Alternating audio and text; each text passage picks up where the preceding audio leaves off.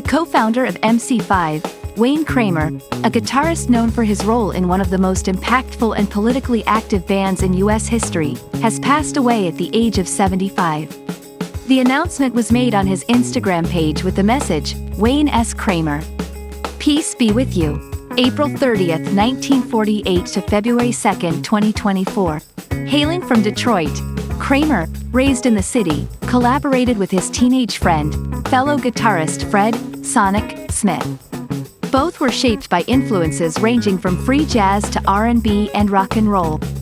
Alongside frontman Rob Tyner, they transformed MC5 into a dynamic presence in Detroit's music scene, standing alongside peers like the Stooges. Abbreviated as Motor City 5, MC5, the band swiftly established a strong live presence, sharing stages with notable acts like Cream, leading to their signing with Elektra in 1968. Their inaugural album, Kick Out the Jams, was released in the subsequent year, capturing a live performance at Detroit's Grande Ballroom, where the band had gained prominence. People said, "Oh wow, Kick Out the Jams means break down restrictions," and it made good copy. But when we wrote it, we didn't have that in mind, Kramer later said, explaining it was directed more at bands who would incessantly jam. Embracing their working-class origins, the band carried a revolutionary spirit from the beginning. Manager John Sinclair founded the White Panther Party, and the group actively protested against the Vietnam War and the Democratic National Convention.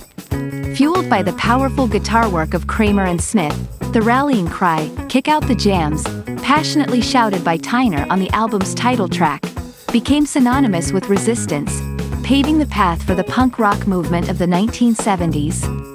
Transitioning to Atlantic Records, the band unveiled their initial studio album, Back in the USA, in 1970, and followed up with High Time the following year. Unfortunately, both albums faced commercial failure. Amid financial struggles and entanglement in drug issues, MC5 disbanded in 1972. Concurrently pursuing music and involvement in drug dealings, Kramer faced a 4-year imprisonment following a 1975 bust.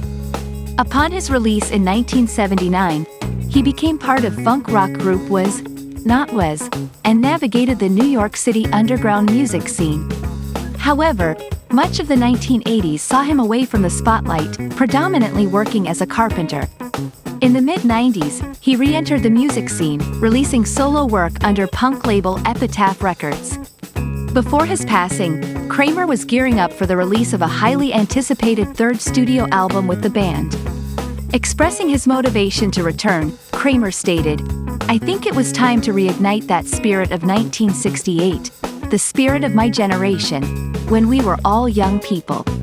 I think we're at a very dangerous time in our history. And I think if we don't all organize, come together, and step up, we could lose it all. Democracy could go away. The forces that we're up against are not joking. This is not playtime, this is serious." A release was being planned for spring 2024. Former collaborator Tom Morello, guitarist for Rage Against the Machine, paid tribute to Kramer after his passing, stating, "Brother Wayne Kramer was the best man I've ever known. He possessed a one-of-a-kind mixture of deep wisdom and profound compassion, beautiful empathy, and tenacious conviction.